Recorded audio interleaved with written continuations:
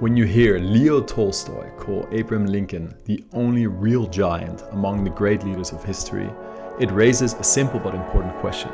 Who was this guy? What did he do that makes someone like Leo Tolstoy place him above Caesar, Napoleon, and even Washington?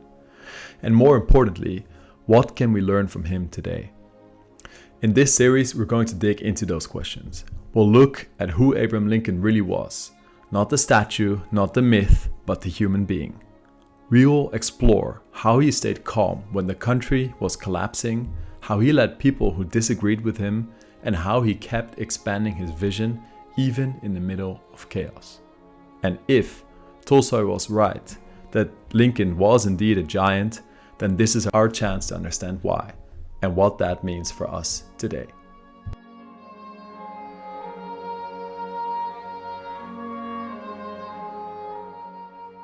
It's 1861. The Union is unraveling. Since December, 7 southern states have formally seceded, beginning with South Carolina and followed by Mississippi, Florida, Alabama, Georgia, Louisiana, and Texas. Their delegates have already met and formed the Confederate States of America, and 4 more slave states, Virginia, North Carolina, Tennessee, and Arkansas, are openly debating whether to follow. In Washington, the situation is chaotic. Several senior US Army officers have resigned to join the Confederacy, and others are suspected of divided loyalties.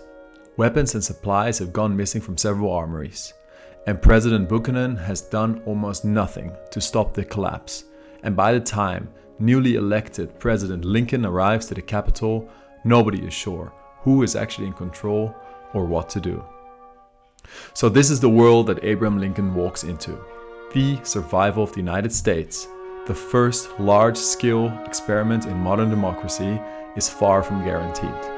And the man now responsible for saving it is a relatively unknown lawyer from Illinois who many political insiders consider untested and unprepared.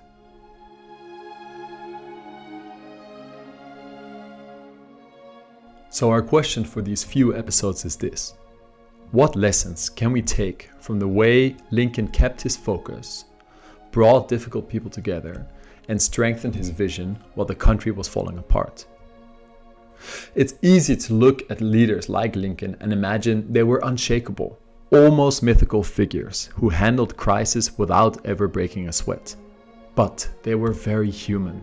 They felt stress, fear, doubt, and exhaustion just like anyone else. What made Lincoln so different wasn't that he avoided these feelings, it was how he dealt with them. Historians describe him as unusually steady under pressure. But that steadiness didn't come from nowhere. It came from the life he lived and how he had learned to deal with the challenges that he faced. He grew up in absolute poverty. He failed in business. He lost many elections, and he faced heartbreaking personal tragedies, including the death of his young son Edward. And it was those experiences that built the resilience that he needed to deal with the challenges that he faced in his presidency.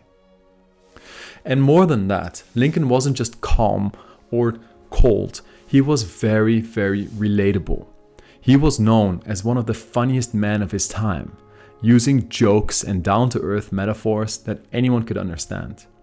His storytelling was legendary, but it also allowed him to make complex ideas simple and to connect with people who disagreed with him. And during the darkest years of the Civil War, he relied on small habits to stay grounded. He took long walks, he spent evenings reading, and he escaped to the soldiers' home and often went to the theater. None of those to ignore the crises that he faced, but to reset his mind so that he could face them better.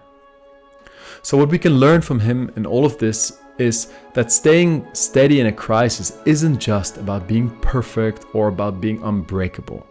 It's about managing the stress that you face, about protecting the routines that allow you to stay sane, and about communicating with enough humanity and humor to bring people with you in difficult times.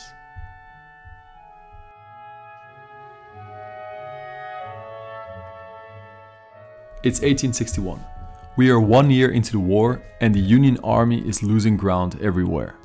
The Peninsula Campaign collapses outside of Richmond, Northern armies retreat, and the defeat at Second Bull Run shocks the entire North.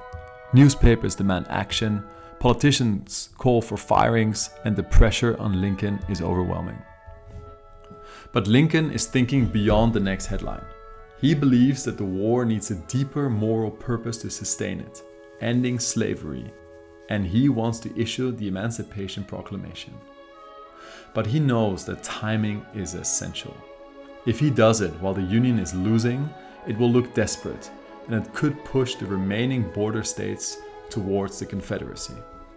So he waits. And when the Union finally has some successes, the narrow but symbolically crucial success at Antietam, he acts. Lincoln issues a preliminary Emancipation Proclamation, transforming the war from a fight to just save the Union into a fight for freedom and the end of slavery. So Lincoln's calm in this situation wasn't inaction, it was disciplined clarity, the ability to hold his nerve and to wait for the right moment, even with immense pressure on his shoulders to do something. And many would say that this is what truly set him apart as a leader. Because what carried him through all of this wasn't perfection.